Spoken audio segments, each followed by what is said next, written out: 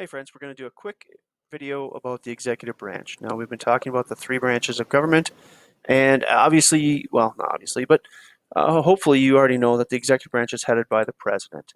And so here's a quick graphic of the 45 previous presidents to President Trump. Um, Maybe you've been able to memorize them. Maybe you know, I'm kind of curious how many you could name off if I was to quiz you. I would hope that most of you could name President Trump as well as President Obama, maybe George Washington, probably Lincoln, and then it gets a little dicey. So I'd be curious how many of you could name of the 46. I would say 10. 10 would be a pretty decent number. If you can think to yourself and try to name off 10, that's probably better than most people in America. Which is a little bit sad if I stop and think about it. All right, so what is the executive branch? The executive branch carries out and enforces laws. So again, the judicial branch makes the laws, judicial branch interprets the laws, legislative branch, it makes the laws, and now the executive branch carries out and enforces the laws.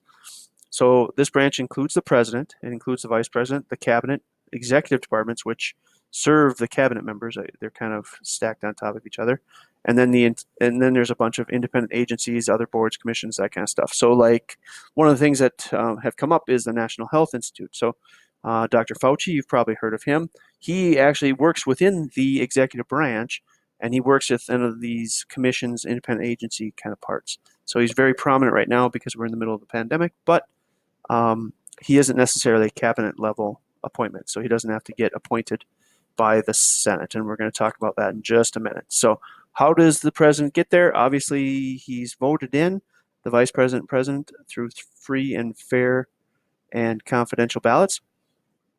He is elected, and so the president, what does he do? He actually wears a bunch of different hats, has a bunch of different jobs. We're going to talk about that quite a bit this module. He leads the country. He's the head of the state. He's the leader of the federal government. He's also the commander-in-chief of the armed forces. So those are just a couple of the jobs. So he's got a few more. He does serve a 4-year term at a time. He can serve up to 10 years, but that's the limit. That's actually written into law.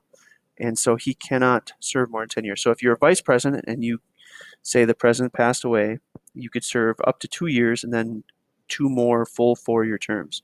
But say, you just got elected, like right now, and President Biden took office, and maybe he passed away.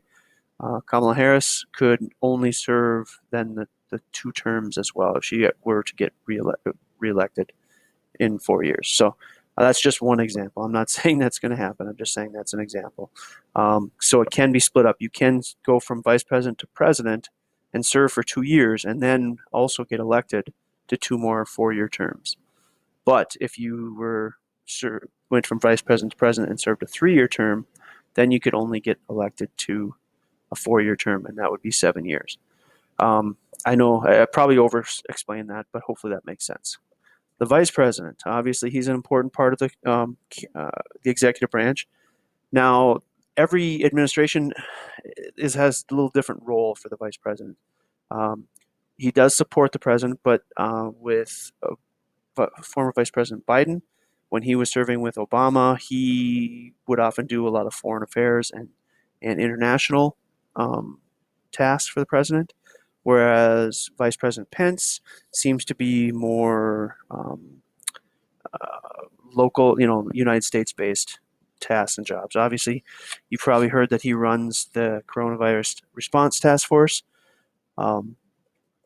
And then, of course, if the president's unable to serve, the vice president becomes president. They're actually sworn in, becomes president. But that would be, they can be there has been instances in our history that the vice president has served as president for a short period of time, say like when the president is under general anesthesia for a surgery or something. Then technically the vice president is in charge. So as vice president, he or she can serve an unlimited number of 4-year terms. Generally what happens though is they serve under a president, and then when that president's time is up, either they are voted out or they expire or use all their 8 to 10 years, then that person oftentimes runs for president themselves. At least that's been the tradition in America. All right, so we also have the cabinet. Cabinet members serve as advisors to the president, so they give him advice and help him run the government. They include the vice president and then the heads of the executive departments, like you've probably heard of Secretary of State, Secretary of Treasury, those kind of things. And oftentimes those heads have a title like Secretary of whatever department they are in charge of. Cabinet members are nominated by the president, and then they must be approved by the Senate. Now, there's funky rules where right now we have a few different cabinet members that haven't been approved by the Senate, but yeah. So, anyways, they're supposed to be, and they have to be approved with at least 51 votes. So that's the majority of the Senate, of the 100 senators. Now, there are some references for more information. You can go to whitehouse.gov. You can see the line up there. Now, make sure it's gov, because if you put in other ones, you might get something that your parents would not approve of. And you can look at things like the administration. If you go to whitehouse.gov, it comes up like this, but you go to this tab here and click on administration, and it'll give you some information on Trump, Pence, First Lady, Second Lady, the cabinet, which is interesting. And that'll give you all the cabinet members. You can also go to Wikipedia. I'm not, a huge fan of Wikipedia, but it does start the conversation. It gives you a rundown of the executive branch with links as far as how different rules, for 12th Amendment, things like that, how the different rules affect the executive branch. All right. Hopefully everybody's healthy and happy, and take care of yourselves out there, friends. We'll talk to you soon.